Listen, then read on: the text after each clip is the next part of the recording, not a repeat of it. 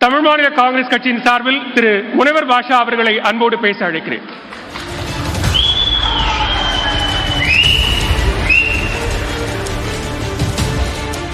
மதிப்பிற்கும் மரியாதைக்கும் உரிய நியூஸ் 18 தொலைக்காட்சி நடத்துகின்ற மக்கள் சபை நிகழ்ச்சியை கேட்டு வருகின்ற ஏப்ரல் 19ஆம் தேதி நடைபெறுகின்ற நாடாளுமன்ற தேர்தலிலே உங்களுடைய தீர்ப்பை வழங்க வருகை தந்திருக்கின்ற வாக்காளர் பெருமக்களே, முதலிலே உங்கள் அனைவருக்கும் நான் சார்ந்திருக்கின்ற தமிழ் மாநில காங்கிரசின் சார்பிலே என்னுடைய அன்பான வணக்கத்தை தெரிவித்துக் கொள்கிறேன்.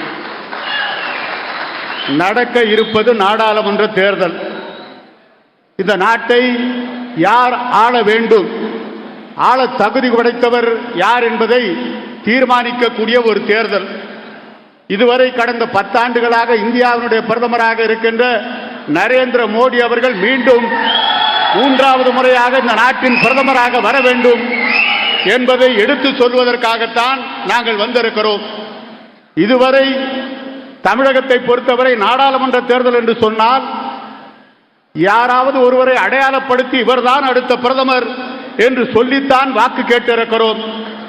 ஆனால் 2014 மறைந்த புரட்சி தலைவி ஜெயலலிதா அவர்கள் மோடியா லேடியா என்று கேட்டு அந்த தேர்தலிலே மகத்தான வெற்றி பெற்ற நேரத்திலே கூட பாரதிய ஜனதா கட்சியின் தலைமையிலே அமைக்கப்பட்ட கூட்டணி 2 நாடாளுமன்ற தொகுதிகளை வெற்றி பெற்றது என்பதை மறந்துவிடக் கூடாது. ஆனால் திராவிட முன்னேற்ற கழகம் 2014 ஒரே ஒரு எம்பியை கூட வெற்றி பெற முடியவில்லை என்பதையும் நான் நினைவுபடுத்த விரும்புகிறேன். அதே நேரத்தில் கடந்த நாடாளுமன்ற தேர்தல் 2019 நடந்தது.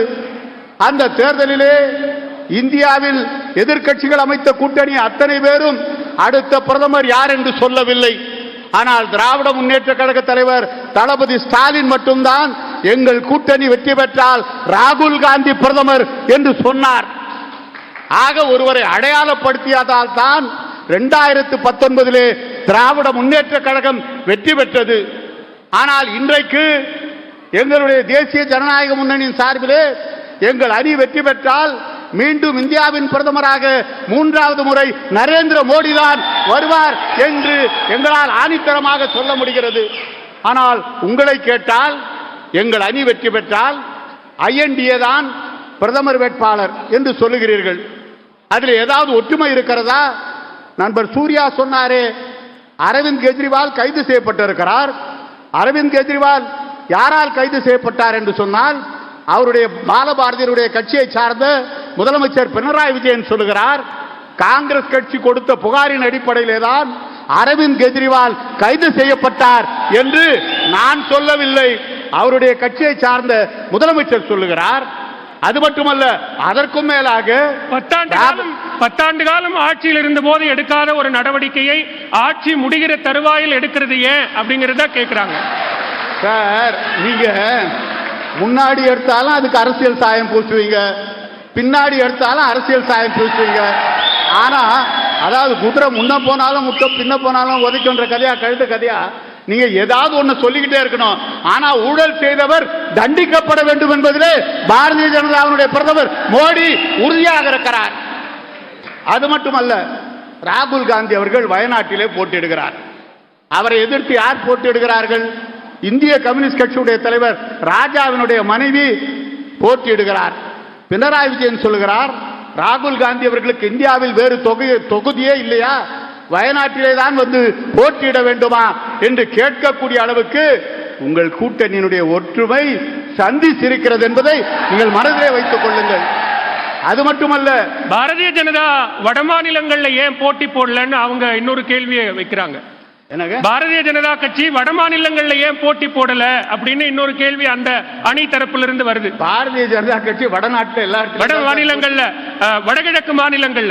வடகிழக்கு மாநிலங்கள்ல கூட்டணி கட்சிகளுக்கு கொடுத்திருக்கோம், ஒதுக்கி தந்திருக்கோம். யார் யாருக்கு எங்க செல்வாக்கு இருக்கோ, இப்ப தமிழ்நாட்டில் வந்து பாலபாரதி அம்மா இருக்காங்க, கம்யூனிஸ்ட் கட்சி, அவங்களுக்கு செல்வாக்கு 2 தொகுதி கொடுத்திருக்காங்க. தமிழ் மாநில காங்கிரசுக்கு 3 தொகுதி செல்வாக்கு கொடுத்திருக்காங்க. அதுக்காக எல்லா தொகுதியிலையும் நாங்க தான் போட்டியிடணும் எதிர்பார்க்க முடியாது. கூட்டணி தர்மம் யார் யாருக்கு எந்த மாநிலங்களில் வாய்ப்பும் வசதியும் வெற்றி பெறக்கூடிய சூழல் இருக்கிறதோ அதை தெரிந்து பாரத பிரதமர் வடகிழக்கு மாநிலங்களிலே கூட்டணி கட்சிக்கு ஒதுக்கி தந்திருக்கிறார். அது மட்டுமல்ல நண்பர்களே, இன்றைக்கு திராவிட முன்னேற்ற கழகம் நம்முடைய மரியாதைக்குரிய கல்யாண சுந்தரம் இங்கே வந்திருக்கிறார். பாலபாரதி அம்மையார் கேட்டார், சிஏஏவை நீங்கள் தானே ஆதரித்தீர்கள் என்றால், நான் கேட்கிறேன், இந்திய குடியுரிமை சட்டத்தால் இந்தியாவில் இருக்கின்ற எந்த முஸ்லிமுக்கு பாதிப்பு வரப்போகிறது என்பதை தயவு செய்து உங்களாலே சொல்ல முடியுமா? இந்திய குடியுரிமை சட்டம் என்பது இந்தியாவில் இருக்கின்ற முஸ்லிம்களை வெளியேற்றுவதற்கான சட்டம் அல்ல. இந்திய குடியுரிமை சட்டத்திலே ஆப்கானிஸ்தான், பங்களாதேஷ், பாகிஸ்தான் இங்கிருந்து வருகின்ற சிறுபான்மை முஸ்லிம்கள் அல்லாதவர்கள், ஏனென்று சொன்னால் அவைகளெல்லாம் முஸ்லிம் நாடுகள், அந்த முஸ்லிம் நாட்டிலே முஸ்லிம்களுக்கு எந்த பாதிப்பும் வராது. எனவே பாதிப்பு வருகின்ற இந்துக்கள், பௌத்தவர்கள், சீக்கியர்கள் இப்படிப்பட்டவர்களுக்கு குடியுரிமை கொடுக்கத்தான் அந்த சிஏஏ சட்டத்திலே இருக்கிறதே தவிர இந்தியாவிலே இருக்கின்ற முஸ்லிம்களை வெளியேற்றுவோம் என்று இந்திய குடியுரிமை சட்டத்திலே எங்கேயும் சொல்லப்படவில்லை என்பதை நான் சுட்டிக்காட்ட விரும்புகிறேன். அருமை நண்பர்களே, இன்னொன்றையும் சொல்லுகிறேன். இன்றைக்கு பாரதிய ஜனதா கொடுத்த வாக்குறுதிகளை நிறைவேற்றி விட்டீர்களா என்று கேட்கிறீர்கள். நீங்கள் கொடுத்த வாக்குறுதிகளை நிறைவேற்றி விட்டீர்களா?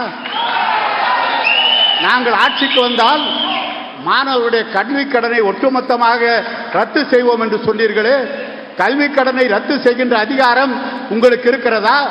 மத்திய அரசாங்க வங்கிகளிடமிருந்து மாணவர்கள் பெற்ற கல்விக் கடனை ரத்து செய்வோம் என்று சொன்னீர்களே, அது செய்ய முடியுமா உங்களால்? இப்படி பொய்யான வாக்குறுதிகளை சொல்லி நீங்கள் ஆட்சிக்கு வந்திருக்கிறீர்கள். ஆனால் நடக்க போகின்ற நாடாளுமன்ற தேர்தல் என்பது மீண்டும் பாரத பிரதமராக யார் வர வேண்டும் என்பதற்கான தேர்தல். அந்த தேர்தலிலே கண்டிப்பாக மீண்டும் நரேந்திர மோடி தான் பாரத பிரதமராக வர வேண்டும் என்ற தீர்க்கமான முடிவோடுதான் தலைவர் வாசன் அவர்கள் தமிழ் மாநில காங்கிரஸை முதலாக பாரதிய ஜனதா கூட்டணியோடு தன்னை இணைத்துக் கொண்டார். இணைத்துக் கொண்டதோடு மட்டுமல்ல, பாட்டாளி மக்கள் கட்சி, அம்மா மக்கள் முன்னேற்ற கழகம், அதை போலவே மரியாதைக்குரிய முன்னாள் முதல்வர் ஓ பன்னீர்செல்வம், இப்படி அனைத்து கட்சிகளையும் கொண்டு வந்ததோடு அல்ல, அண்ணா திமுகவையும் கொண்டு வருவதற்கான முயற்சியிலே தலைவர் வாசன் ஈடுபட்டார். ஆனால் ஒன்று மட்டும் நிச்சயம், இந்த தேர்தலிலே தமிழகத்தில் இதுவரை 2014 2 எம்பிக்கள், ஒன்று அன்புமணி ராமதாஸ், மற்றொன்று பொன் ராதாகிருஷ்ணன். இந்த தேர்தலில் கண்டிப்பாக நிறைய எம்பிக்கள் தமிழகத்திலே இருந்து தேசிய ஜனநாயக முன்னணியில் வெற்றி பெறுவார்கள்.